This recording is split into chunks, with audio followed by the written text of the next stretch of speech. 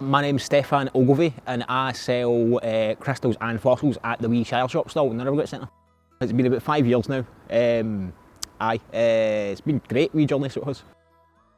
Originally, I started in Clydebank in the shopping centre up there. I had my stall open up there for like a few months and then I managed to move the stall to Irvine and that's where we've been ever since.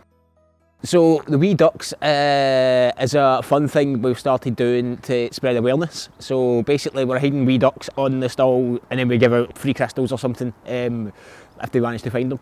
And it's a fun wee thing, and it's basically, it started because I contacted CM Ducks.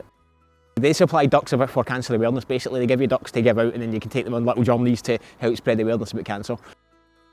I also got a wee personal duck made in purple, that was specifically to represent testicular cancer, which was the type of cancer that I have recently had to battle myself. So that's been really helping me. I took that on some trips to Edinburgh and stuff like that, and I've done posts, which has managed to reach like a massive amount of people, and I plan on doing more posts like that in the future to help spread awareness. I think it's important because somebody like me is a lot more relatable. I'm literally your average guy. I stand in the street talking to people every day, all day. Like, that's my job.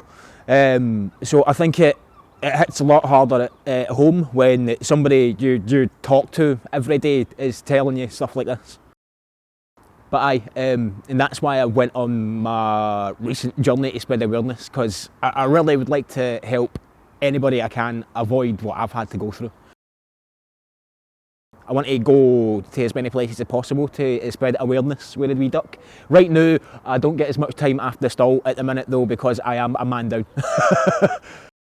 So basically, I went for a bath, I found a lump on one of my testicles, and then I went to the doctors. They realised that it was something that wasn't quite normal, so they got me scanned and they realised it was cancer, so I had to go for surgery. Had a testicle removed, but that's alright because I've still got another one.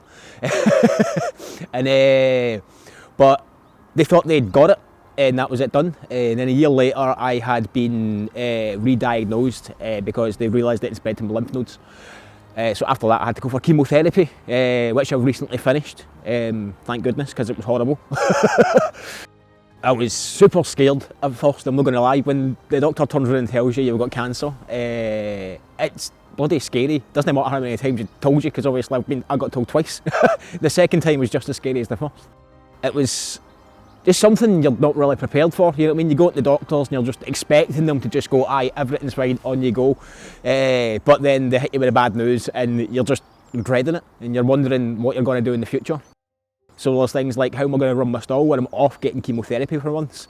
And well, I just kind of had to do it, so that's what I did. I ran the stall, but I did have my brother who helped me a lot. He ran the stall while I was in the hospital, receiving my treatment.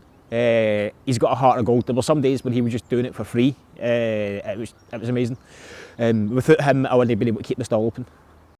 I never realised how hard just the treatment for cancer was. I mean, a lot of people think chemotherapy is just medicine that makes your hair fall out, but it's a lot more than that. It attacks every single cell in your body. So there's not a bit of you that's untouched by the chemotherapy. It's a grueling process. It's really, really, really hard. There were a few side effects after my treatment. Fatigue being one of the biggest ones. That was, it just drained my energy. For the first few months I could hardly get out of bed. It was horrible.